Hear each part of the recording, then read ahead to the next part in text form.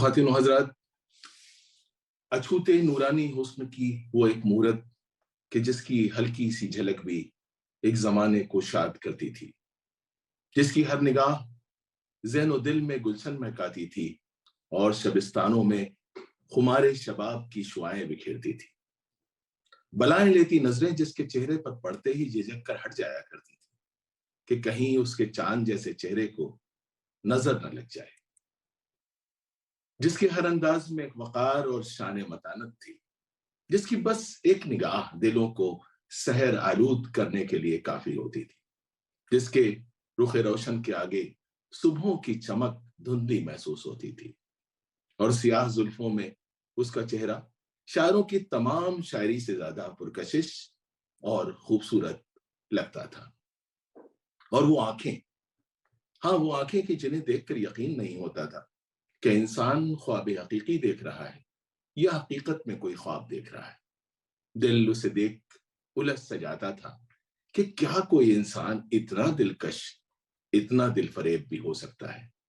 गरज गरज वो हुस्न के जिसका तसव्वुर आम इंसानों के बस की बात नहीं, उस हुस्न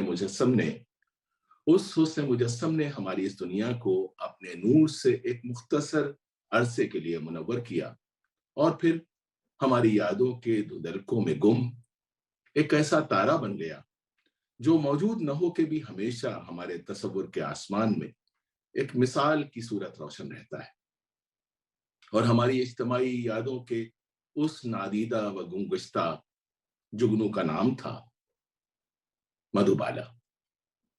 अगर हम शायर जाकिर खान जाकिर में मधुबाला की बात करें तो हम कहेंगे, पुरनूर ख्यालों की बरसात तेरी बातें, हर शख्स ये कहता है नगमात तेरी बातें, रुखसार हंसी दर्पण आंखों में हया रोशन, किरदार तेरा संदल किरदार तेरा संदल जज्बात तेरी बातें, और सिमटे तो दिले आशिक फैले तो जहां कम है, सदियों को बना देंगी लम्हात तेरी बातें।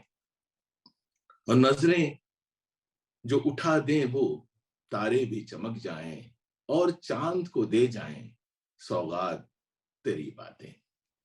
सच यही है कि अगर कभी चांद के हुस्न को देखकर कहीं कोई शख्स चांद को मधुबाला से तशबीह दे तो चांद भी अपनी खूबसूरती से ज्यादा अपनी खुशकिस्मती पर नाज करे। लेकिन वो चांद से सुंदर हस्ती वो एक लड़की नहीं, वो तो पहेली थी, एक सवालिया निशान थी, एक ऐसा मुअम्मा थी जिसके अपने दिल की किश्ती हिचकोले ही खाती रही, कभी किनारे न लग सकी। कम ही लोग इस बात से वाकिफ हैं कि नौजवानी के दिनों में मधुबाला जब घर पर तन्हा अपने कमरे में होती थी तो ग्रामोफोन पर हर वक्त उनका पसंदीदा यही नगमा बजता रहता था, आएगा आएगा आने वाला आएगा। वो खुद भी साथ ही साथ यही गाना गुनगुनाती रहती थी। ये नगमा उनकी उम्मीदों की बाज़गश बनकर हमेशा उनके साथ रहता था। इस गाने के अल्फाज उनकी आरजुओं, उनकी तमन्नाओं, हसरतों की तफसीर हमको सुनाते हैं। और मानवियत के अलावा इस नगमे को पसंद करने की एक वजह यह भी थी कि उनकी पहली मशहूर फिल्म महल का गाना था। लेकिन लेकिन जिंदगी के आखिरी दौर में मधुबाला का पसंदीदा गाना उनकी अपनी किसी फिल्म का नहीं था। लंबी बीमारी के दौरान फिल्म ज्वेल थीफ के गाने की आवाज उनके कमरे से आती रहती थी। वो बीमारी की तकलीफ तो कभी जहनी तकलीफ से रोती रहती थी और ये गाना सुनती रहती थी। तो अहम बात यह है कि ये गाना मधुबाला का पसंदीदा गाना तो था ही, ये गाना शैलेंद्र का भी स्वयं सॉन्ग कहा जा सकता है, क्योंकि तीसरी कसम की नाकामी के बाद चेतन आनंद की जिद पर और बहुत कोशिशों के बाद शैलेंद्र ने अपनी जिंदगी का आखिरी गाना लिखा, जो उनकी जिंदगी की ट्रेजेडी तो बयान करता ही है, लेकिन बदकिस्मती से मधुबाला की दास्ताने गम भी हमको सुनाता है। हमारे साथ ऋचा है, हमें ऋचा से पूछना चाहिए कि वो कौन सा उदास गाना है जो उनकी जिंदगी के अलमिया की कहानी मधुबाला को सुनाता था और जिसकी उदास बाज़गश्त हमको मधुबाला की जिंदगी के नादीदा पहलुओं से रोशनास करा सकती है। जी सर, वो गाना जो था वो ज्वेल थीफ का बहुत ही फेमस गाना है, रुला के गया सपना मेरा। आइए सुनते हैं उस गाने को।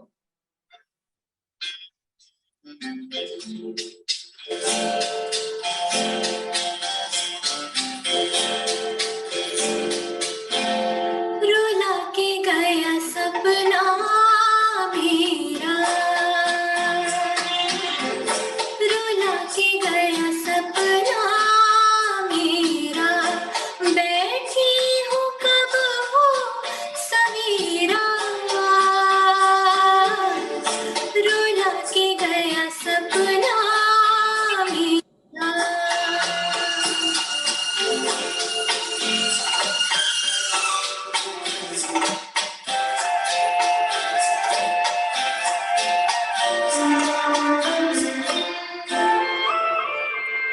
वही है गमी दिल, वही है चंदा तारे, हाय वही हम बेसहारे, वही है गमी दिल, वही है चंदा तारे, वही हम बेसहारे, आधी रात वही है और हर बात वही है, फिर भी ना आया लुटेरा, रुला के गया सपना मेरा, बैठी हूँ कब हो सवेरा, रुला के गया सपना मेरा।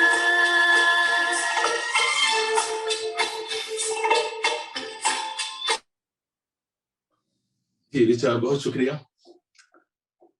तो हम लोग बात कर रहे थे मधुबाला की। मधुबाला भी एक सपना थी जो एक दौर को रुलाकर, एक जमाने को तड़पाकर वक्त की धुन में कहीं गुम हो गया। मधुबाला नाम के इस सपने की शुरुआत दिल्ली से होती है, जब अताउल्ला खान के घर में 14 फरवरी 1933 को, यानी यौम मोहब्बत के दिन, नन्ही मधुबाला यानी मुमताज जहां बेगम की पैदाइश हुई।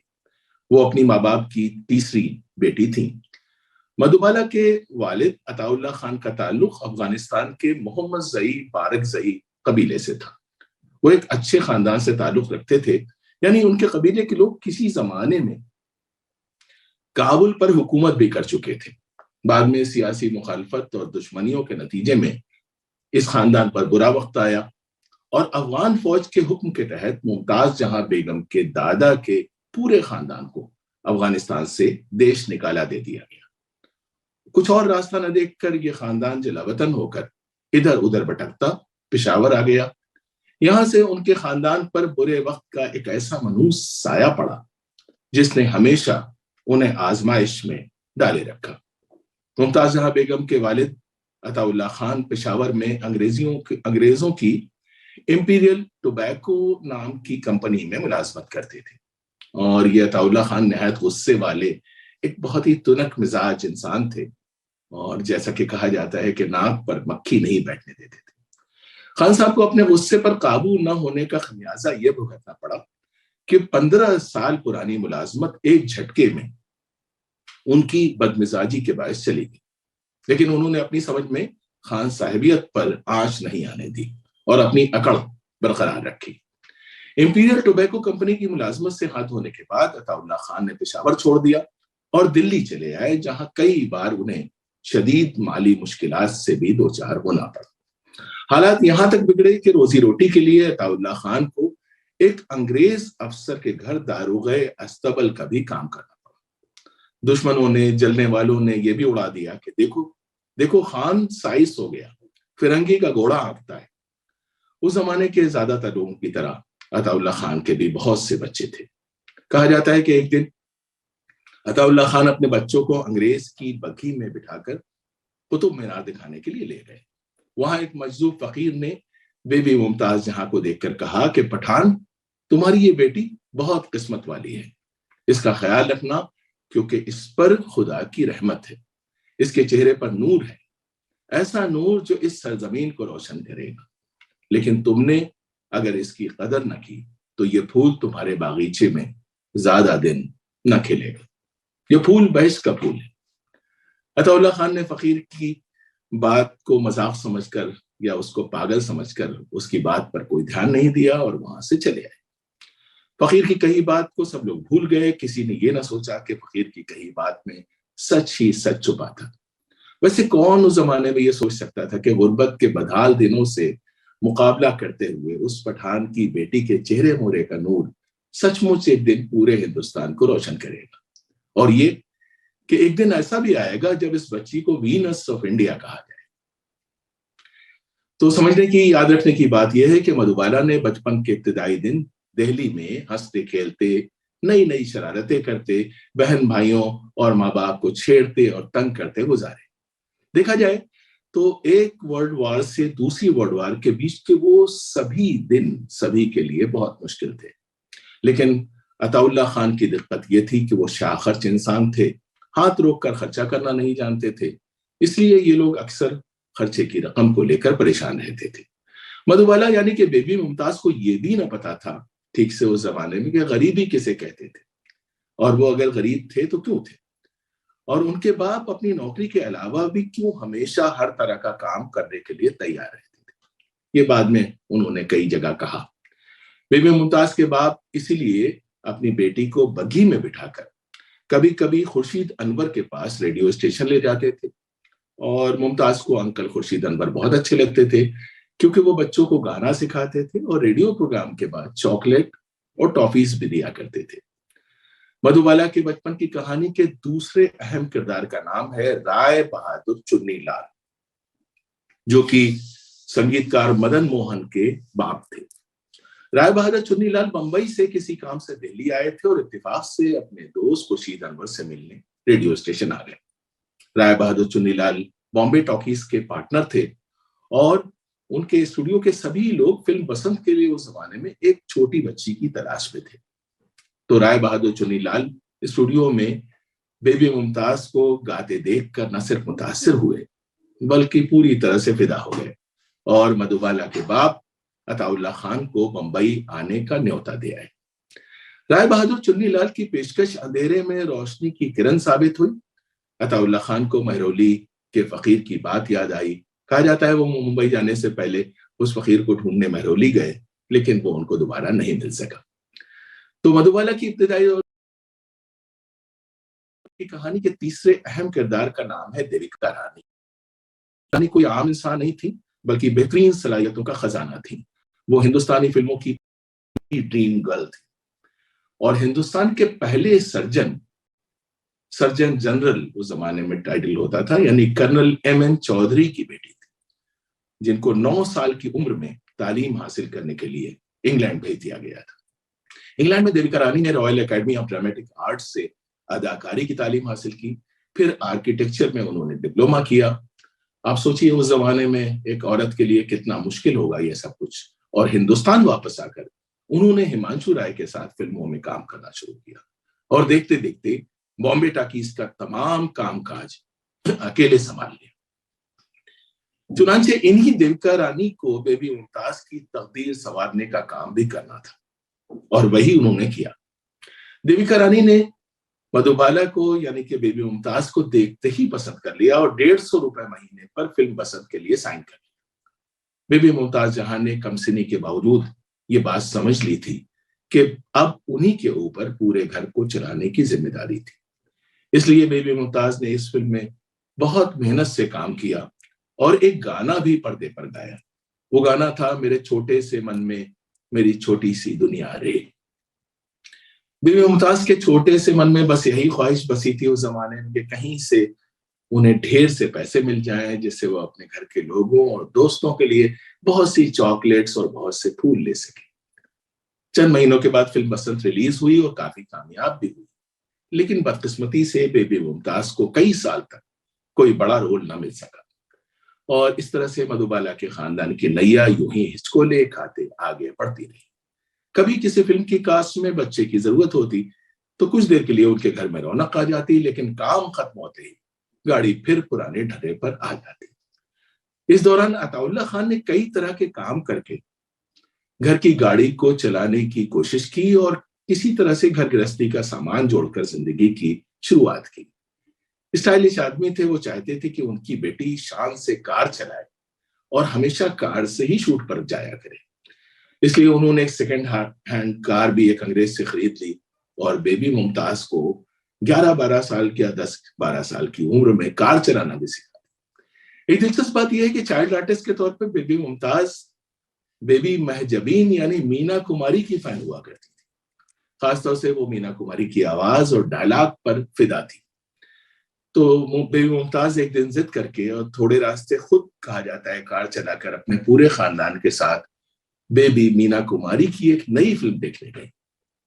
ये बात है 14 अप्रैल 1944 की। तभी बॉम्बे डॉक पर एक बहुत भयानक धमाका हुआ, जिसकी वजह से अताउल्ला खान के घर के साथ साथ पूरे मुंबई में कई हजार मकान तबाह हो गए और 1300 लोग उस जमाने में इस हादसे में मारे गए। वहां पे एक शिप था जिसमें एक्सप्लोजिव्स थे और वो फट गया। इस तरह अताउल्ला खान का सब कुछ खत्म हो गया, लेकिन बेटी की फिल्म की जिद की वजह से इन सब लोगों की जान बच गई और उनकी कार भी घर पर न होने की वजह से बच गई। इसके 3 साल के बाद देविका रानी ने जब दिलीप कुमार को लेकर फिल्म ज्वार भाटा शुरू की तो उनकी नजर इंतखाब फिर से बेबी मुमताज पर पड़ी और यूं फिर से उनके घर गहमा गहमी आ गई। इस बार उनकी तनख्वाह बढ़ाकर 300 रुपए कर दी गई थी। उस वक्त कौन जानता था कि इस फिल्म में जो काम कर रही थी, रूमा गुहा नाम की एक लड़की के साथ काम कर रही है, उस वक्त कौन जानता था कि इन्हीं रूमा गुहा से आने वाले किसी जमाने में इसी मुमताज का एक अजीब सा रिश्ता बनेगा, जो रिश्ता न हो के भी एक रिश्ता ही समझा जाए। खैर, ये फिल्म कामयाब रही और बेबी मुमताज को इसके बाद कई फिल्मों में काम मिल गया और यही वो दौर है जब केदार शर्मा और देविका रानी के मुश्तरका मशवरे से बेबी मुमताज का फिल्मी नाम मधुबाला रखा गया। 1949 में सिर्फ 15 साल और कुछ महीनों की उम्र में कमाल अमरोहवी की ज़ेरे हिदायत फिल्म महल की पेशकश मधुबाला को एक अगले लेवल पे ले गई और ये फिल्म भी देविका रानी और बॉम्बे टॉकीज की फिल्म थी, जो कि एक बेमिसाल फिल्म साबित हुई। ये फिल्म अजब ख्वाबनाक अंदाज की फिल्म थी। मधुबाला का पुरस्कार मगर दिलकश अंदाज फिल्म की जान था और खेमचंद्र प्रकाश की दिलकश मौसीकी और कमाल अमरोहवी की हिदायतकारी का कमाल था, जिसने इस फिल्म को यादगार फिल्म बना दिया। साथ ही इस फिल्म ने पूरे मुल्क को मधुबाला का दीवाना बना दिया। इस फिल्म के क्लोजअप से मधुबाला की पुरस्कार मुस्कुराहट का जो दौर शुरू हुआ, उसने फिल्म मुगले आजम तक तमाम लोगों को अपने जादू में गिरफ्तार रखा। तो चलिए अपनी बातें यहीं रोककर ऋचा से पूछते हैं कि इस फिल्म का कौन सा गाना वो हमें इस वक्त याद दिलाना चाहेंगे। जी सर, बिना समय जाया किए मैं सीधे गाना गाना चाहूंगी।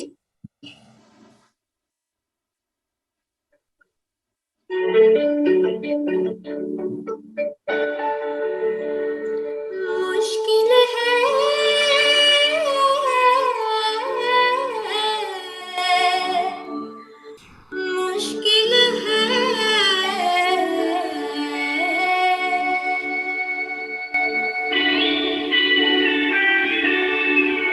मुश्किल है बहुत मुश्किल चाहत का भुला देना, चाहत का भुला देना।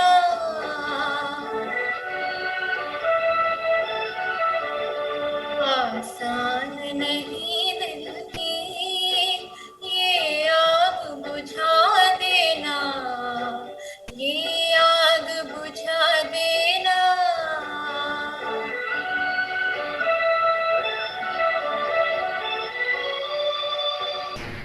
ये खेल ही के ये खेल है उल्फत का,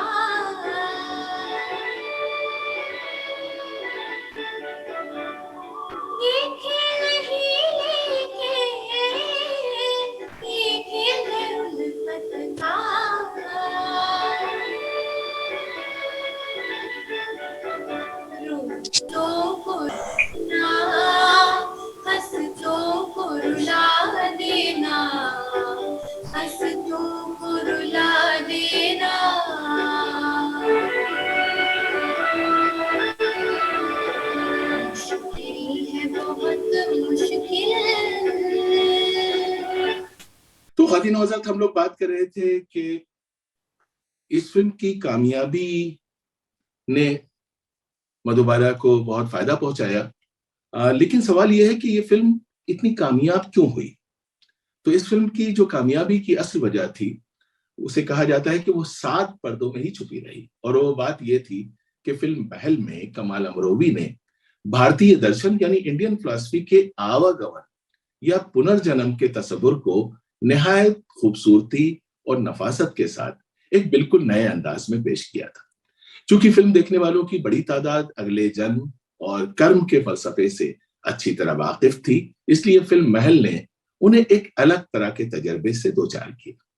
फिल्म में साफ छुपते भी नहीं, सामने आते भी नहीं वाली बात सिर्फ मधुबाला पर ही पूरी तरह नहीं उतरती है, बल्कि भारतीय माइथोलॉजी के बुनियादी तस्वर को भी उसी खूबसूरती का एक पैराहन अता करती है। महल के दौर की मधुबाला की अगर हम बात करें तो लफ्ज बेबस हो जाते हैं, क्योंकि कहते हैं कि अगर हम उनकी मिसाल फूलों से दें तो फूल इतने खूबसूरत कब होते हैं। हम बहार से तशबीह नहीं दे सकते कि बहार के दिन 10, 15, 20 ही होते हैं। उन्हें कहकशा कहें तो सितारे तो बस रात की बात होते हैं।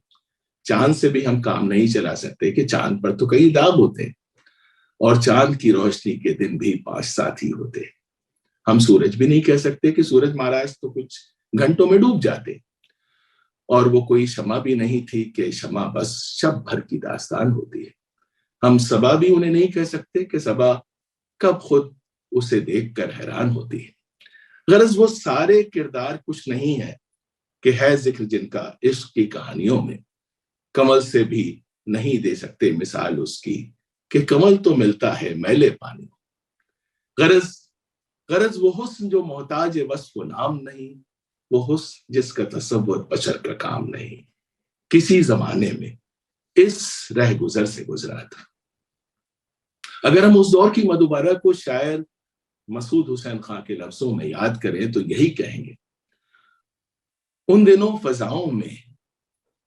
फिजाओं में तेरी ही कहानी थी, तेरी ही हुकूमत थी, तेरी हुक्मरानी थी, तेरे रुख की बातें थी, दिन था और रातें थी, सुबह कितनी रंगी थी, शाम क्या सुहानी थी। याद है वो दिन अब तक जब हसीन रातों में तेरे हसी तस्वुर पर सबकी नगमख्वानी थी, तेरे हसी तस्वुर पर सबकी नगमख्वानी थी, तेरे एक तबस्सुम पर वक्त भी ठहर जाता, तेरी कामरानी भी कैसी कामरानी थी, ये तेरी खुदाई थी या नहीं खुदा जाने, हम जमी के बंदे थे तू रूह आसमानी थी। तो इन शायराना बातों के बाद अब आइए ये देखते हैं कि मधुबाला की कामयाबियों और नाकामियों के पीछे क्या वजह थी या क्या वजहें थी। दिलीप कुमार ने बहुत बाद में ये बात कही थी कि मधुबाला बहुत अच्छी आर्टिस्ट थी, लेकिन उन्होंने किरदारों के चुनाव में खातिर ख्वाह तवज्जो नहीं की। वजह साफ थी, मधुबाला के बाप ही उनका सारा कामकाज देखते थे, उन्हें सिर्फ पैसों से मतलब था। उन्हें जिस किसी फिल्म की ऑफर मिली उन्होंने हाँ कह दी और मधुबाला को वो फिल्म करनी पड़ी। मधुबाला एक अच्छी बेटी की तरह बाप की हर बात मानती रही, जिसकी वजह से उनका पेशावराना नुकसान हुआ। अगर वो किरदार और कहानी की रोशनी में फिल्मों का इंतखाब करती तो उन्हें अपनी मेहनतों का फल बेहतर मिल सकता था। मधुबाला को लोग इतना पसंद करते थे कि कई फिल्मसाज मधुबाला के नाम से फिल्म बनाना चाहते थे, क्योंकि उनका ख्याल था कि अगर मधुबाला नाम की फिल्म में मधुबाला काम करेंगी तो फिल्म की कामयाबी तो यकीनी है। चुनांचे उस जमाने में एक फिल्म बनकर रिलीज भी हुई जिसका नाम मधुबाला था और जिसमें मधुबाला ने काम भी किया। दूसरी जानिब ये बात सभी जानते हैं कि मधुबाला के बाप अताउल्लाह खान काफी बददिमाग किस्म के इंसान थे और उन्हें अपने गुस्से पर बिल्कुल काबू नहीं था, लेकिन पठानों की तरह वो बात के पक्के इंसान भी थे। ईमानदारी थी, डिसिप्लिन और पाबंदी वक्त का उन्हें जुनून की हद तक पास था, क्योंकि अंग्रेजों के साथ काफी वक्त गुजारा था। मधुबाला बाप की नाराजगी से बहुत डरती थी। खान साहब चाहते थे कि उनके बच्चे घड़ी की सुइयों की तरह काम करें। बाप की दी गई ये तरबियत अपनी पेशावराना जिंदगी में मधुबाला के बहुत काम आई। वो साथ में काम करने वालों से बहुत अदब से पेश आती थी। हीरोइनों वाले नखरे या नाजो अंदाज उन्होंने कभी नहीं दिखाए। शूटिंग के दौरान सबसे पहले स्टूडियो पहुंचने वाले लोगों में मधुबाला सबसे पहले होती थी। ठीक 6 बजे अताउल्ला खान का ड्राइवर कार लेकर स्टूडियो पहुंच जाता था और उसे मधुबाला की वक्त की पाबंदी पर इतना भरोसा होता था कि वो घड़ी देखता था और कार का पिछला दरवाजा खोलकर खड़ा हो जाता। मधुबाला के ड्राइवर ने नामवर सहाफी ब्लिट्स के एडिटर जो थे R.K. करंजिया को एक बार बताया था कि उसे कभी 2 मिनट से ज्यादा मधुबाला का इंतजार नहीं करना पड़ा। नामवर हीरोइन होने के बावजूद मधुबाला को दिखावा और बेवजह की नुमाइश पसंद नहीं थी। निजी जिंदगी में भी वो काफी सादगी पसंद थी। उन्होंने कभी जेवरात और तड़क भड़क वाले कपड़े नहीं पहने। अपनी फिल्मों में भी वो अक्सर जेवरात पहनने से इनकार कर देती थी अगर वो इंतहाई जरूरी ना हो, यानी अगर वो सीन की जरूरत ना हो। मधुबाला के अंदर दर्दमंदी और हमदर्दी का जज्बा कूट कूट कर भरा था। जरूरतमंदों की मदद करना वो अपना फर्ज समझती थी। ऐसा कभी ना हुआ कि किसी ने उनके सामने दामने सवाल दराज किया हो और मधुबाला ने उसकी मदद न की हो। स्टूडियो के स्पॉट बॉयज से लेकर पुराने अदाकार लोग तक अगर अपनी कोई परेशानी मधुबाला को कभी बताते तो उनके पर्स में जो कुछ भी होता वो बिना कुछ सोचे समझे दे देती थी। लेने वाले ये तक कहते थे कि कुछ तो रख लीजिए, आपको चाहिए होंगे। उनका जवाब होता था कि अगली बार ये पैसे हों कि नहीं हों किसको मालूम, और हंसकर कहती थी क्या पता हम भी हों कि ना हों। तो आइए एक बार फिर से ऋचा से पूछते हैं कि इस आदत बल्कि सिचुएशन का इजहार अगर उन्हीं के किसी गाने से किया जाए तो वो कौन सा गाना होगा? इस मौके पे मैं वही गाना गाना चाहूंगी जो मैंने शायद कुछ चंद गाने थे मधुबाला जी के जो जब मैंने म्यूजिक सीखना स्टार्ट किया था तब मैं गाती थी। तो बिना समय जाया किए मैं गाने पे आना चाहूंगी। 2 दिन के लिए मेहमान यहाँ, मालूम नहीं मंजिल है कहाँ। अरमान भरा दिल तो है मगर वो दिल से मेरे वो दिल है कहाँ। 2 दिन के लिए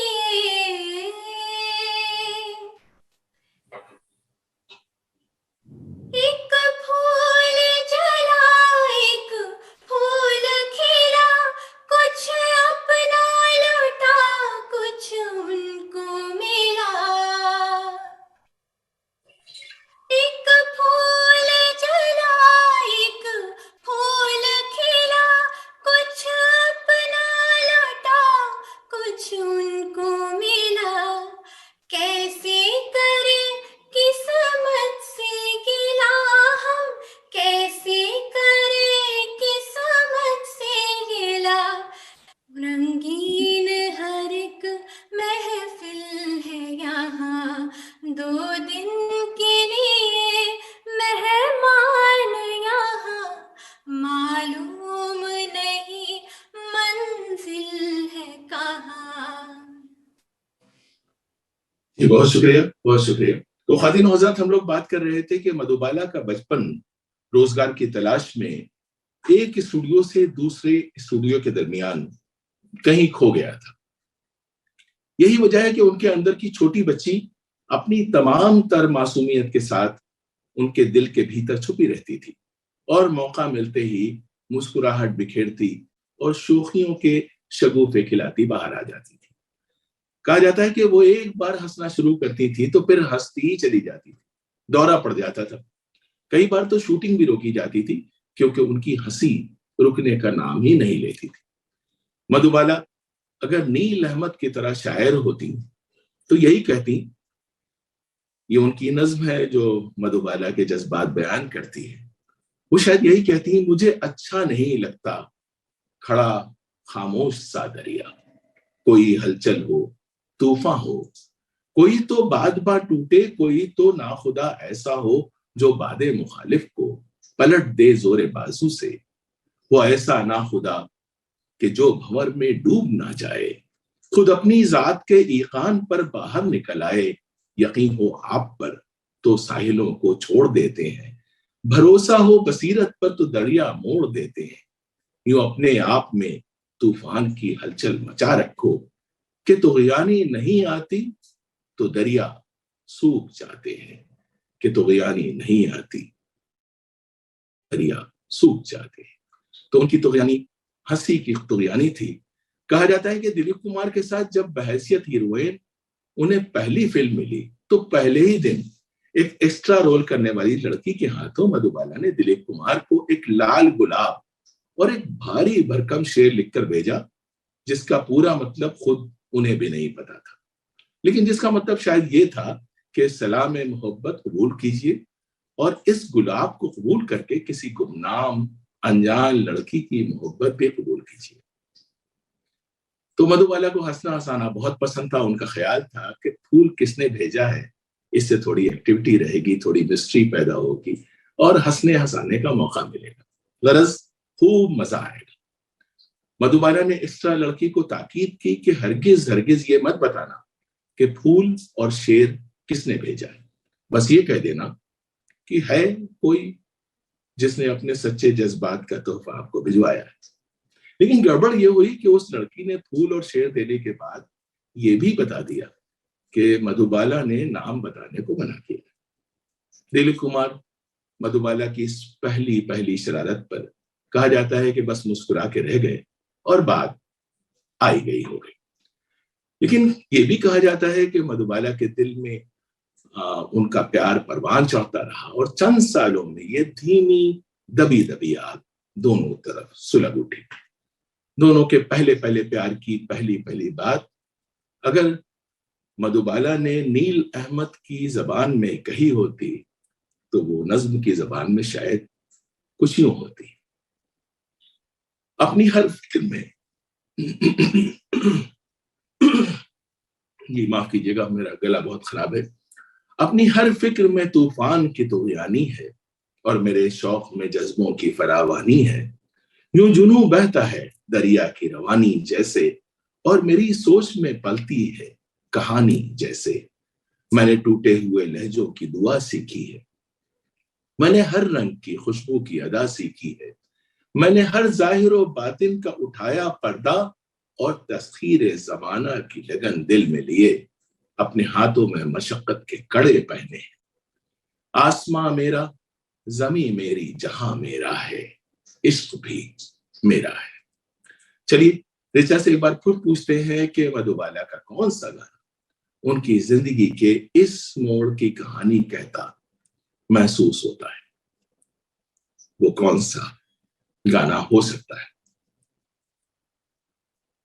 जी सर।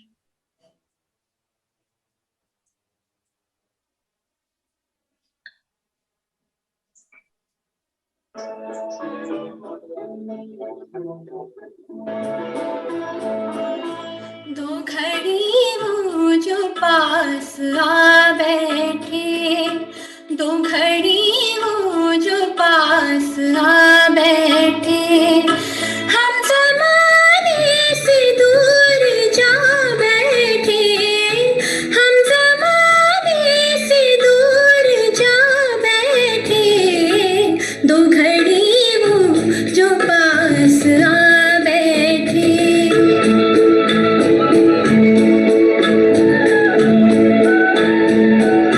भूल की उनका हमनशी होके, रोएंगे दिल उन्हीं को हम खोके। भूल की उनका हमनशी होके, रोएंगे दिल को उम्र भर खोके। हाय क्या चीज थी लुटा बैठे, दो घड़ी वो जो पास आ बैठे।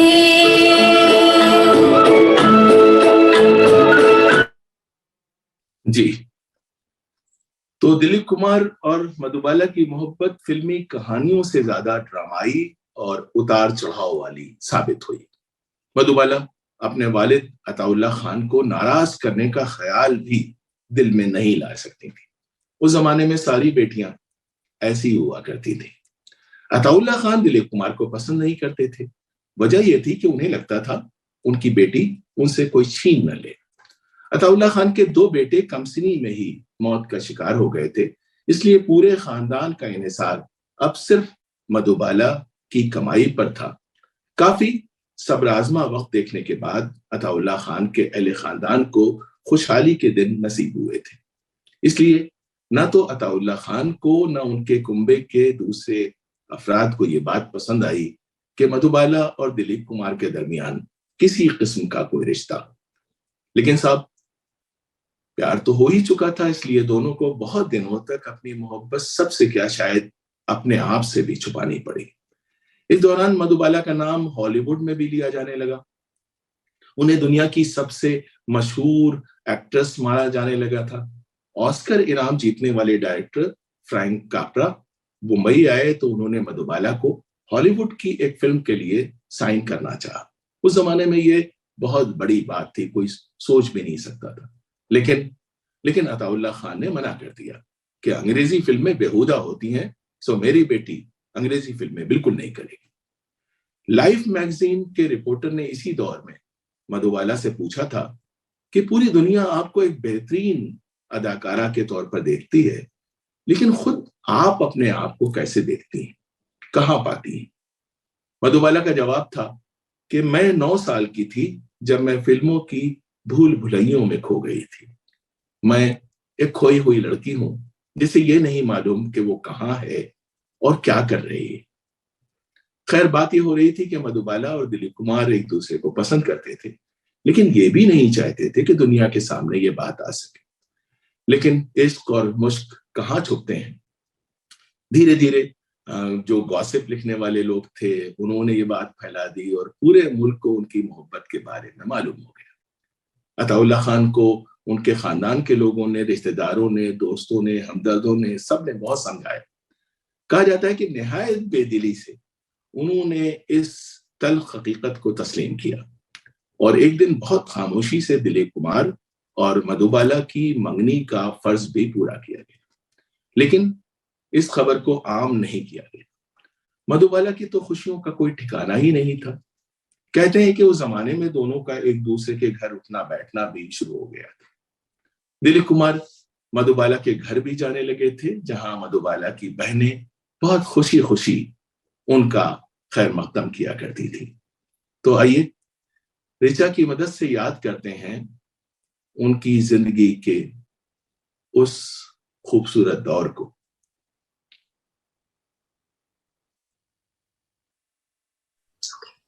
जी सर।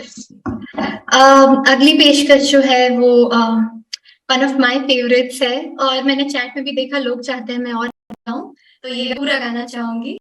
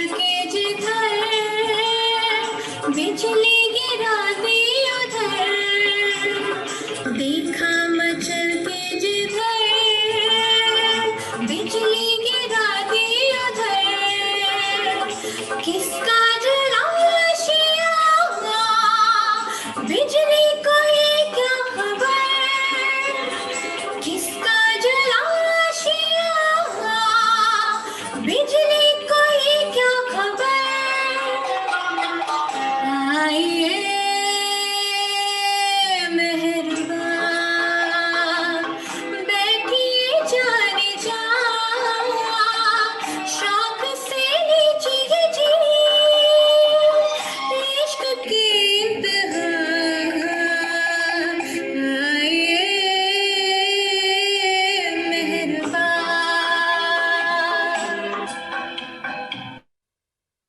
जी बहुत शुक्रिया रिचा। हम बात कर रहे थे कि वो दिन मधुबाला की खुशियों के छोटे से मुख्तसर से दिन थे, लेकिन बदकिस्मती की बात यह है कि मधुबाला की खुशियां देर पा साबित नहीं हुई।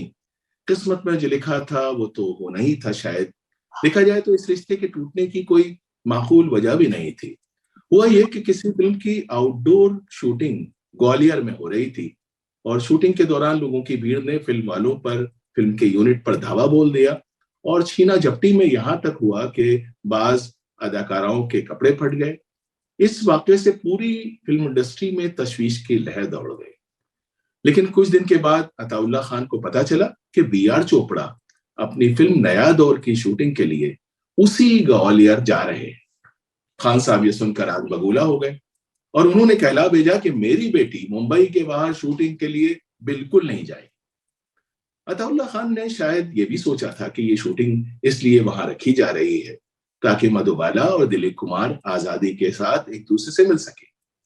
अताउल्ला खान की तुनक मिजाजी से सभी वाकिफ थे, इसलिए उनके इस फैसले को अलग अलग लोगों ने अलग अलग ढंग से लिया। दिलीप कुमार को लगा कि अताउल्ला खान ये नहीं चाहते कि शादी से पहले वो दोनों कहीं तन्हा जाएं। उन्हें यकीन था कि खान साहब दोनों को दूर रखने के लिए बहाने ढूंढ रहे हैं। बी.आर. चोपड़ा को खान साहब का फैसला इसलिए बेवजह लगा क्योंकि उससे कुछ ही दिन पहले मधुबाला हैदराबाद शूटिंग के लिए गई थी, जबकि अताउल्ला खान का कहना था कि जिस जगह एक मुजरिमाना हादसा हो चुका हो वहां कोई गैरतमंद बाप अपनी बेटी को भला कैसे जाने दे सकता है। अच्छा, बी.आर. चोपड़ा की इंडस्ट्री में बहुत इज्जत थी, इसलिए दोनों के दुश्मनों ने भी इस बेवजह के झगड़े को बढ़ाने का काम किया। अखबारों ने उस जमाने में बढ़ चढ़कर खबरें छापी। कहा जाता है कि जब बी.आर. चोपड़ा ये सोच ही रहे थे कि अगर जरूरी हुआ तो वो नया दौर में मधुबाला की जगह पर विजयंती माला को ले ले, तभी मुंबई शहर की दीवारों पर बहुत से पोस्टर लगे पाए गए जिसमें नया दौर के नीचे एक तरफ मधुबाला की तस्वीर था तो दूसरी तरफ विजयंती माला की तस्वीर थी, लेकिन क्रॉस के निशान से मधुबाला की तस्वीर को काट दिया गया था। दूसरे दिन इस पोस्टर के जवाब में नए पोस्टर दीवारों पर लगे पाए गए। इन नए पोस्टरों में मधुबाला के नाम के साथ बहुत सी आने वाली फिल्मों के नाम लिखे हुए थे, लेकिन नया दौर के ऊपर एक बड़ा सा क्रॉस लगा दिया गया। यानी कहा जा रहा था कि मधुबाला ने फिल्म खुद ही छोड़ दी। कोई नहीं जानता कि ये पोस्टर क्या अताउल्ला खान और बी.आर. चोपड़ा ने एक दूसरे को नीचा दिखाने के लिए लगवाए थे या कुछ और लोग थे जो दोनों को लड़वा रहे थे। मधुबाला सोच भी नहीं सकती थी कि इतना सा शूटिंग का छोटा सा झगड़ा बढ़ता चला जाएगा और आखिरकार एक दिन उनकी जिंदगी तबाह कर देगा। मामला सुलझने के बजाय उलझता गया। अताउल्ला खान का पारा 7वें आसमान पर तो रहता ही था। उन्होंने बी.आर. चोपड़ा को मधुबाला के नाम से एक कानूनी नोटिस भेज दिया। बी.आर. चोपड़ा इंतहाई बारसूख फिल्मसाज थे। उन्होंने इस कानूनी नोटिस को अपनी बेइज्जती समझा और बाकायदा अदालत में मुकदमा चला। दिलीप कुमार बी.आर. चोपड़ा के बहुत ही करीबी इंसान थे।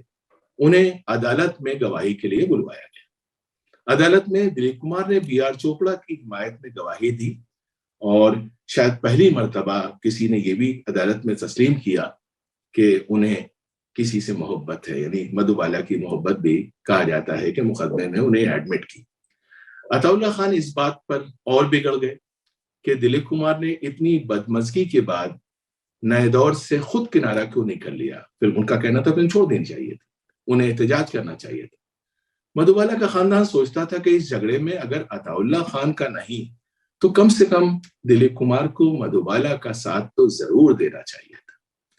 खुद मधुबाला के जहनो दिल की उथल पुथल को समझने के लिए एक बार फिर ऋचा की मदद लेते हैं और ऋचा से पूछते हैं कि उनका कौन सा गाना इस सिचुएशन से इंसाफ कर सकता है। ऋचा। जी सर, अगला गाना है सीने में सुलगते हैं अरमान। बिल्कुल समय जाया नहीं करूंगी मैं। और जी।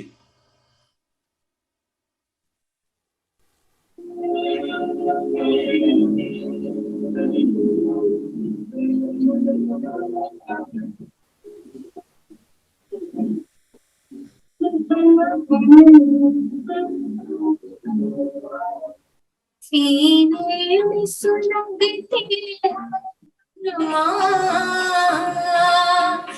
आँखों में उदासी छाई है, ये आज तेरी दुनिया से हमें तकदीर कहाँ ले आई है। सीने में सुलगते हैं अरमान।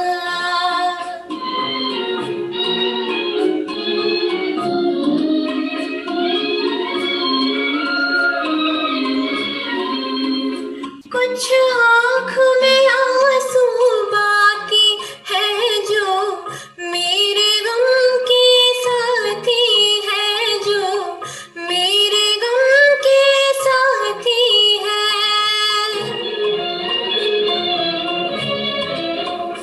अब दिल है ना दिल के अरमां है, अब दिल है ना दिल के अरमां है, बस मैं हूँ मेरी तन्हाई है। सीने में सुलगते हैं अरमां।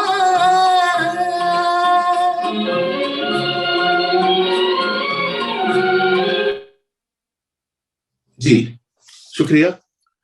तो हम लोग बात कर रहे थे कि दिलीप कुमार और मधुबाला की जिंदगी में ये एक मोड़ आया और ये जो मुकदमा था ये जहर कातिल साबित हुआ। दिलीप कुमार सोचते थे कि मधुबाला को बाप की ज्यादतियों को बर्दाश्त करना बंद कर देना चाहिए। उन्हें बुरा लगता था कि वो बाप से इतना डरती क्यों है। मधुबाला सोचती थी कि दिलीप कुमार को उनके बाप का मान रखना चाहिए था। मुकदमा खत्म होने के बाद और नया दौर से अलहदगी के बाद भी मधुबाला चाहती थी कि दिलीप कुमार अगर एक बार आकर अताउल्ला खान से माफी मांग ले तो सब कुछ ठीक हो जाएगा। दिलीप कुमार ने ऐसा नहीं किया। दिलीप कुमार चाहते थे कि वक्त आ गया है कि मधुबाला अब बाप के एक्सप्लॉयटेशन के शिकंजे से आजाद हो जाए। तो इस झगड़े के सभी किरदार शायद अपनी अपनी जगह ठीक थे, लेकिन सबसे ज्यादा नुकसान मधुबाला का हुआ, बल्कि कहना चाहिए सिर्फ मधुबाला का हुआ।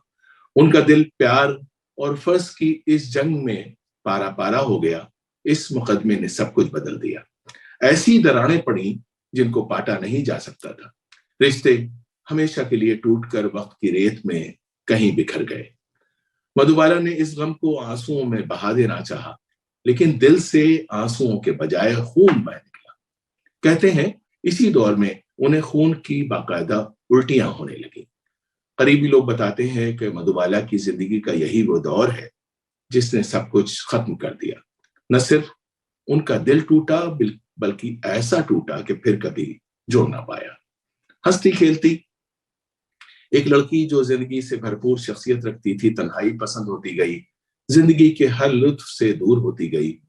उस दौर में वो समंदर के किनारे घंटों खामोश बैठी रहती थी और आती जाती लहरों की उथल पुथल देखती रहती थी। शाइस्ता मुफ्ती ने शायरी की जबान में ज़हन की अंदरूनी कैफियत की जो मंजरकशी की है वो देखी कितनी सच्ची महसूस होती है, बल्कि मधुबाला के दिल की आवाज महसूस होती है। आज लगता है समंदर में है तुगयानी सी, आज लगता है समंदर में है तुगयानी सी, जाने किस दहर से आया है ये तूफान बला। ये जो तूफान के इसमें है खंडर ख्वाबों के, टूटते ख्वाब हैं धुंधली सी गुजरगाहों के। अनकही कोई कहानी, कोई जलता आंसू, आके दामन पे ठहरता हुआ बेकल शिकवा। चुप सी साधी है मेरे बुत ने मगर आंखों में, चुप सी साधी है मेरे बुत ने मगर आंखों में, मेरे हर ताज महल की है हकीकत वाज़े, जिसमें रहती है वो शहजादी जिसे कुदरत ने दिल धड़कता हुआ बख्शा था बदन पत्थर का। मैंने देखा है कि वो रात के अंधियारों में अपने टूटे हुए पर खुद ही जला देती है, अपने अश्कों के दिए खुद ही बुझा देती है, खुद ही अपने लिए लिखती है सजाओं की किताब, अपने हाथों से छुपा देती है जख्मों के गुलाब, अपने हाथों से छुपा देती है जख्मों के गुलाब, आज लगता है समंदर में है तो यानी सी। मधुबाला ने दुनिया की नजरों से जख्मों के जो गुलाब छुपाए थे वो डॉक्टरों से छुप न सके। एक दिन पता चला कि उनके दिल में सुराख है, यानी ये तकलीफदेह हकीकत सामने आई कि मधुबाला के दिल में वेंट्रिकुलर सेप्टल डिफेक्ट यानी कि एक लाइलाज सुराख है। उस जमाने में मेडिकल साइंस ने इतनी तरक्की नहीं की थी कि ओपन हार्ट सर्जरी की जा सके। कुछ लोगों का यह भी कहना था कि मधुबाला की जिंदगी में आए जलजले ने उनकी बीमारी और बढ़ा दी थी, बल्कि शायद उनको ये बीमारी दिल टूटने की वजह से ही हुई थी। महरौली के मजदूर फकीर की पेशीन गोई मधुबाला को मद्रास के एक डॉक्टर की आवाज में फिर से सुननी पड़ी। डॉक्टर ने उनके दिल का चेकअप करने के बाद कहा कि उनके पास जीने के लिए सिर्फ 1.5-2 साल का वक्त बचा है। सितम जरीफी देखिए कि यही दौर बदकिस्मती से मधुबाला की फिल्मों का सबसे कामयाब दौर भी है। उनकी फिल्मों की मांग बढ़ती जा रही थी और सबसे बढ़कर ये कि वो जमाने की सबसे बड़ी फिल्म यानी मुगल आजम में भी काम कर रही थी। मुगल आजम की शूटिंग के दौरान अताउल्लाह खान की नफरत दिलीप कुमार के लिए अपने शबाब पर थी। मधुबाला और दिलीप कुमार एक दूसरे से बात नहीं कर सकते थे और शायद करना भी नहीं चाहते थे, लेकिन अताउल्लाह खान की तेज निगाहें हर वक्त उनकी निगरानी करती रहती थी। सिवाय तहरीरी मुकालमों के यानी रिटन डायलॉग्स के दोनों के दरमियान कोई गुफ्तगू कभी नहीं होती थी। इन हकायक की रोशनी में देखें तो दोनों फनकारों की इज्जत हमारे दिल में और बढ़ जाती है कि इख्तिलाफात के तूफान का मुकाबला करते हुए भी दिलीप कुमार और मधुबाला ने मुगल आजम में इतना बेमिसाल काम किया। कहा जाता है कि कियासत ने फिल्म में हकीकत का रंग भरने के लिए मधुबाला को सचमुच की निहायत वजनी जंजीरें पहनाई। उनको ये बिल्कुल नहीं मालूम था कि मधुबाला अपनी जिंदगी की आखिरी सांसें ले रही थी। कियासत क्या, ये बात मधुबाला और उनके खानदान के कुछ लोगों के अलावा और किसी को नहीं मालूम थी कि वो कुछ ही दिनों की मेहमान थी। हर लम्हे मौत के आते कदमों की आहट सुनती मधुबाला की पुरअसरार मुस्कुराहट के पीछे दर्द का कितना बड़ा सैलाब छुपा था, इसका अंदाजा न दिलीप कुमार को था न बाकी दुनिया को। मधुबाला के ख्यालात और खासतौर से उनकी भारी बेड़ियों की सौगात को लफ्जों की सौगात बहुत साल बाद नील अहमद नाम की एक शायरा ने दी, जब उन्होंने एक नज्म लिखी कि मेरे पांव की बेड़ी ये जमाना बन नहीं सकता, नहीं महदूद हूं और नागहानी भी नहीं हूं मैं, मुकद्दर था मेरा माजी मैं मगर हाल मुस्तकबिल का सौदा सर में रखती हूं, मैं ही तो मरकजी किरदार हूं अपनी कहानी का, सच्चाई मुझसे फूटी है मैं सच्ची हूं मगर दुनिया ये झूठी है, मैं सच्ची हूं मगर दुनिया ये झूठी है। Over to Richa.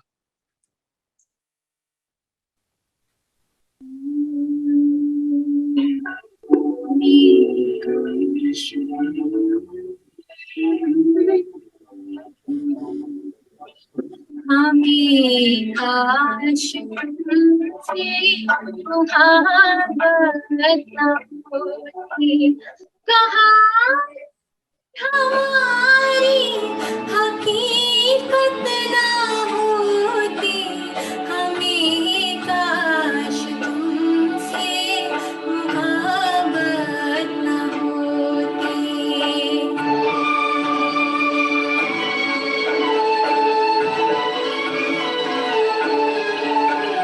न दिल तुमको दे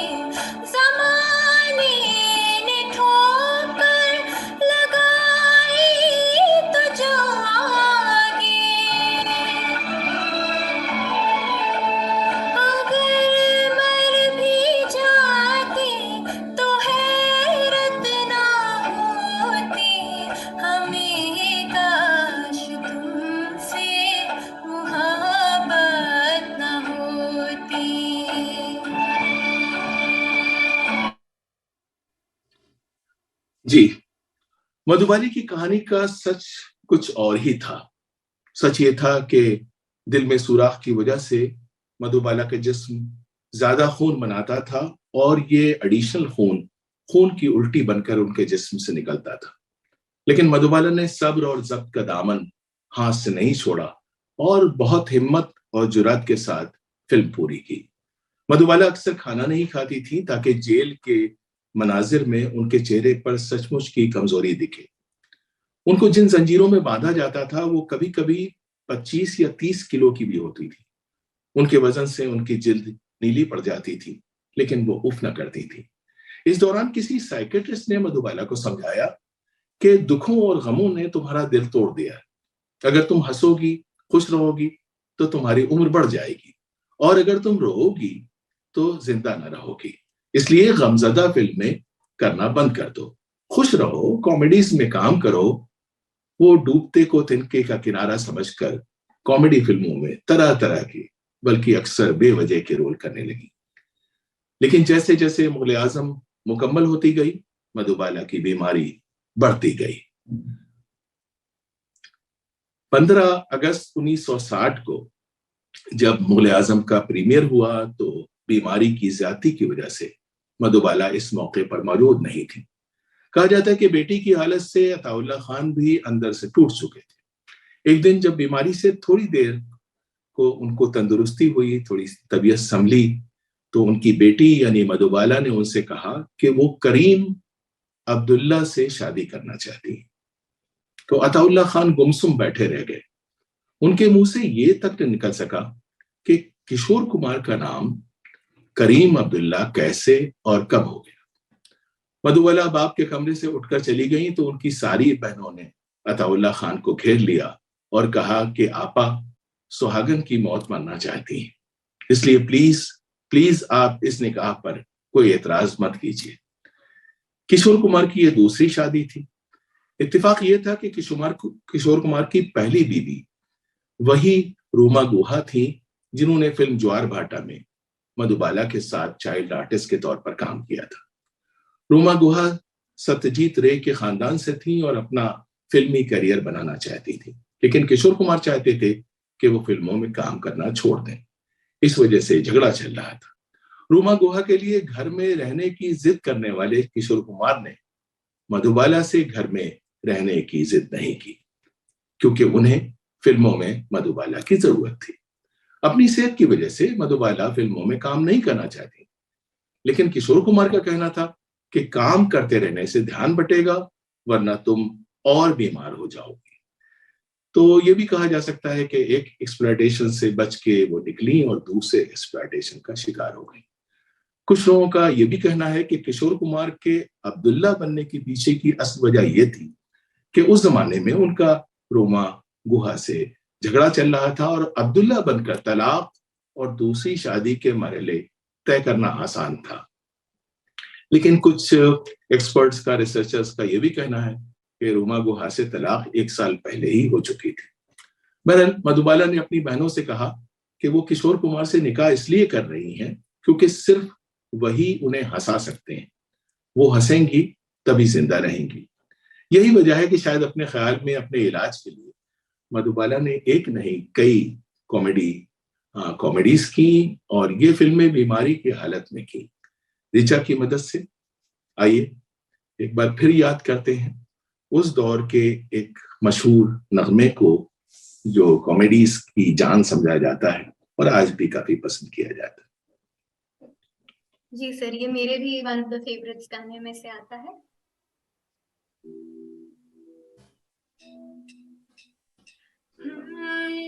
एक लड़की भीगी भागी सी, सोती रातों में जागी सी, मिली एक अजनबी से, कोई आगे न पीछे, तुम ही कहो ये कोई बात है। एक लड़की भीगी भागी सी, सोती रातों में जागी सी, मिली एक अजनबी से, कोई आगे न पीछे, तुम ही कहो ये कोई बात है। हाँ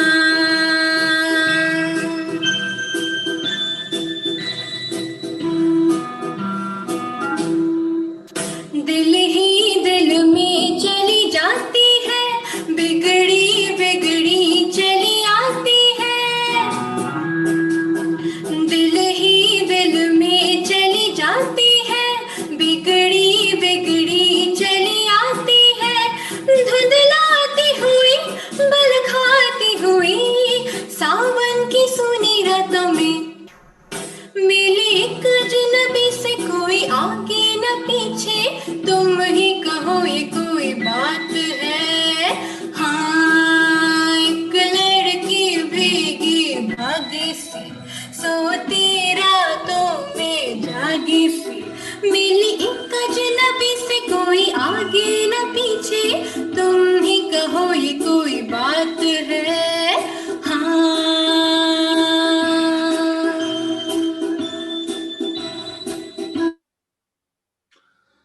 जी ख्वातीन और हज़रात, तो ये हंसती मुस्कुराती और खुश मिजाज शादी भी बदकिस्मती से मधुबाला के गम का मदावा साबित ना हो सकी।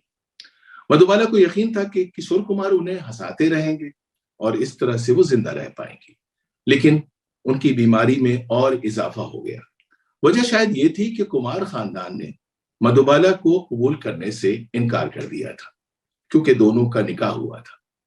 खानदान के लोगों को, यहाँ तक कि अशोक कुमार तक को, जो उनके पुराने साथी थे, उनको किशोर कुमार का मुसलमान बंदा भी पसंद नहीं आया। नतीजे में ये तय हुआ कि कोर्ट मैरिज भी की जाए और उसके बाद फेरों वाली हिंदू रवाज के मुताबिक भी शादी फिर से की जाए। लेकिन सारी कोशिशों के बावजूद भी मधुबाला कुमार खानदान के साथ शायद 1 महीने से भी कम अरसा रह पाई।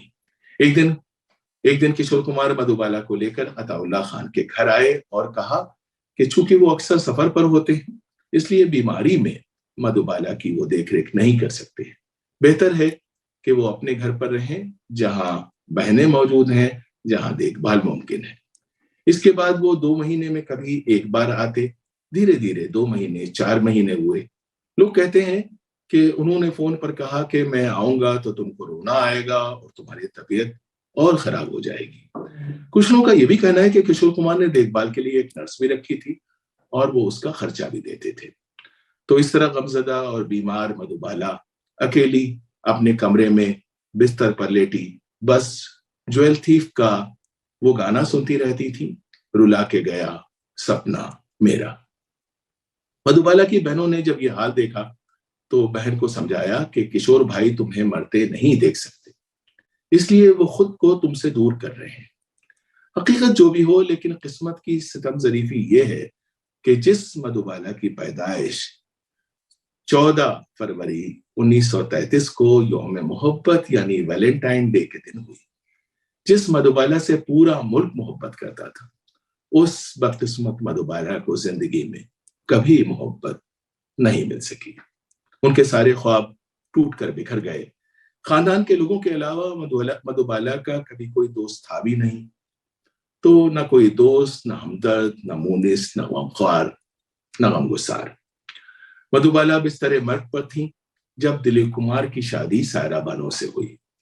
मधुबाला की एक बहन के मुताबिक जब ये बात मधुबाला को बताई गई तो उन्होंने कहा उनके नसीब में वो थी, मैं नहीं थी।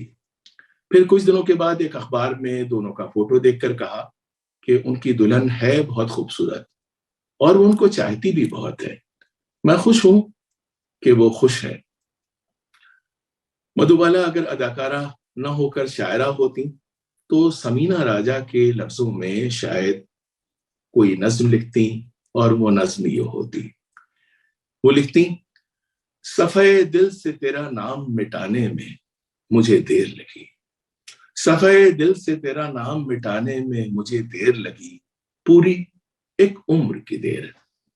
अश्क गम कतरे खून आबे मसरत से मिटाकर देखा, अश्क गम कतरे खून आबे मसरत से मिटाकर देखा, रंगे दुनिया भी मिला, रंगे तमन्ना भी लगा कर देखा। मकतबे इश्क में जितने भी सबक याद किए याद रहे, अरसे ज़ीस्त में ख्वाबों के खराबे थे बहुत, उन खराबों में ख्यालों के नगर जितने भी आबाद किए याद रहे। और तेरी खुद साख्ता बेखबरी को, और तेरी खुद साख्ता बेखबरी को किस्से दर्द सुनाने में मुझे देर लगी।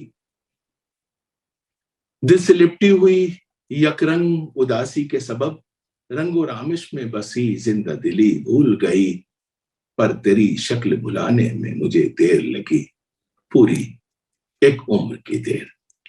उम्र जो लम्हे जां के सिवा कुछ भी न थी, उम्र जो तेरी तमन्ना के सिवा कुछ भी न थी, बस वही उम्र बिताने में मुझे देर लगी, एक उम्र की देर। मधुबाला की बीमारी बढ़ती जा रही थी। इसी दौरान जब उन्हें बहनों ने बताया कि फिल्म पड़ोसन में सायरा बानो भी हैं और हंसी मजाक भी है, तो मधुबाला ने कहा, मैं पड़ोसन देखने जाऊंगी। उनके लिए फिल्म का खास शो रखा गया, लेकिन फिल्म के दौरान उन्हें दिल में शदीद दर्द उठा और घर पहुंचते पहुंचते तेज बुखार आ गया। हालत बिगड़ गई, ऑक्सीजन देनी पड़ी। इंजेक्शन और दवाओं ने जिद करके उन्हें किसी तरह जाने से रोका। बीमारी के आखिरी दिनों में जब उनकी बहनें उनको हाथों के सहारे उठाकर दवा पिलाना चाहती थी, तो कहा जाता है कि होश आने पर उस बेहोशी की हालत में भी मधुबाला हाथ से ग्रामोफोन रिकॉर्ड की तरफ इशारा करती थी कि वो गाना दोबारा चला दिया जाए, रुला के गया सपना मेरा। गाना दोबारा बजने पर उनकी आंखें मुस्कुरा उठती थीं। यही गाना उनकी लोरी था जिसे वो सुनते हुए सो जाती थी। ये भी कहा जाता है कि मधुबाला को सफेद रंग के कपड़े और सफेद फूल बहुत पसंद थे। बीमारी के दौरान भी मोगरे के फूल उनके तकिए के पास रखे रहते थे। मधुबाला करोड़ों लोगों के ख्वाबों की मलका थी, लेकिन उनके अपने ख्वाबों ने उन्हें बस आंसू ही दिए। मधुबाला आंसुओं को पीते हुए मुस्कुराने की कोशिश करती रहीं और इसी नाकाम कोशिश में अपनी छोटी सी जिंदगी के दिन गुजार दिए। मधुबाला मीना कुमारी नहीं थी। अगर होती तो जरूर समीना राजा जैसी कोई नज्म लिखती और वो शायद ये कहती, हिज्र की उम्र बढ़ी है तो हम इन आंखों को अब किसी ख्वाब नगर में नहीं जाने देंगे। गम से अब दोस्ती कर लेंगे, खुशी को नहीं आने देंगे। हिज्र के वक्त में अहवाल शब रोज का क्या पूछते हो, इसमें साथ भी जमानों से बड़ी होती है।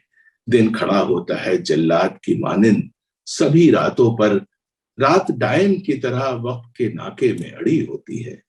हिज्र के साथ में वो कहर है, जीना भी गिरा और न जीना मुश्किल। हिज्र के हाथ में वो जहर है, पीना भी मुहाल और न पीना मुश्किल। हिज्र की उम्र बढ़ी है तो चलो हम खुद ही नक्श सब दिल से मिटा देते हैं, हाथ जीने से उठा लेते हैं, हाथ जीने से उठा लेते हैं।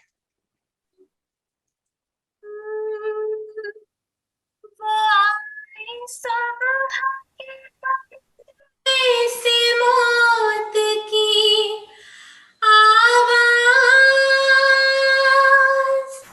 किसी ने तोड़ दिया, जैसे जिंदगी का साज।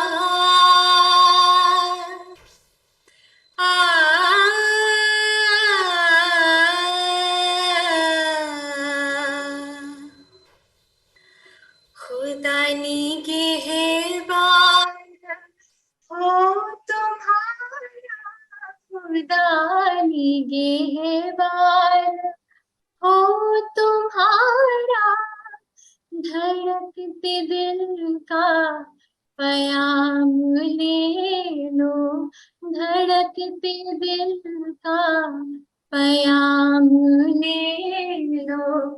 तुम्हारी दुनिया से जा रही है, उठो हमारा सलाम ले लो, उठो हमारा सलाम ले लो। शकील बदायूं ने जब मुगल आजम के विदाई गाने के ये अल्फाज लिखे थे, तो कौन जानता था कि वो गाना नहीं एक पेशीन गोई लिख रहे थे कि उठे जनाजा जो कल हमारा, कसम है तुमको न दे न कांधा। गाने के ये अल्फाज बिल्कुल सच्चे साबित हुए। शायद शकील बदायूनी ने ये लाइनें मुगल आजम के लिए नहीं, मधुबाला की असल जिंदगी के लिए ही लिखी थी। 23 फरवरी 1969 को जब मधुबाला ने आखिरी हिचकी ली, तो कहा जाता है कि दिलीप कुमार मद्रास में शूटिंग कर रहे थे। वो खबर सुनते ही फौरन वहां से चल दिए, लेकिन जब मुंबई पहुंचे तो कफन दफन सब खत्म हो चुका था। करीबी लोगों का कहना है कि 3 दिन तक शोक का खाना उनके घर से मधुबाला के घर भेजा गया। यानी जब किसी करीबी के घर चूल्हा नहीं जलता तो खाना करीबी अजीजों के घर से ही आता है। सारी दूरियों के बावजूद कम से कम ये गुर्बत तो निभाई गई, जो रस्म दुनिया भी थी, दस्तूर भी थी। कहा जाता है कि पृथ्वीराज कपूर और इंडस्ट्री के सभी सीनियर लोग इब्तिदाई सालों में मधुबाला की मजार पर गुलपोशी के लिए जाते थे। दिलीप कुमार के दोस्तों का कहना है कि वो रात को छुप कर कब्रिस्तान जाते थे कि कोई स्कैंडल ना हो और लोगों को गप्पे हाँकने का मौका ना मिल सके।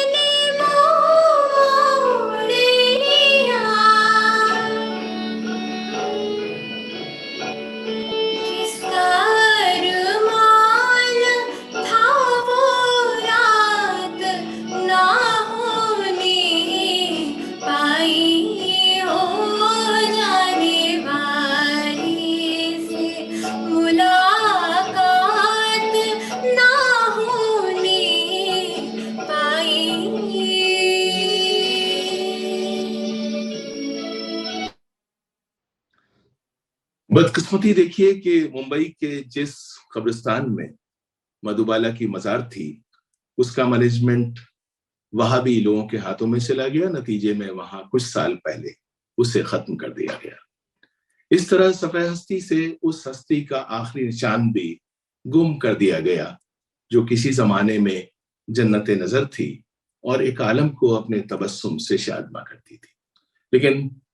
लेकिन हमारे दिलों में वो एक रोशन सपना बनकर आज भी वैसे ही जगमगाती हैं जैसे अपनी जिंदगी में जगमगाती थी।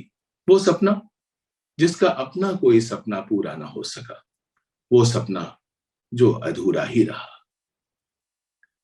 तो इसके साथ ही हम आप लोगों का शुक्रिया अदा करना चाहेंगे कि आपने इतने सब्र और सुकून के साथ हम लोगों को बर्दाश्त किया।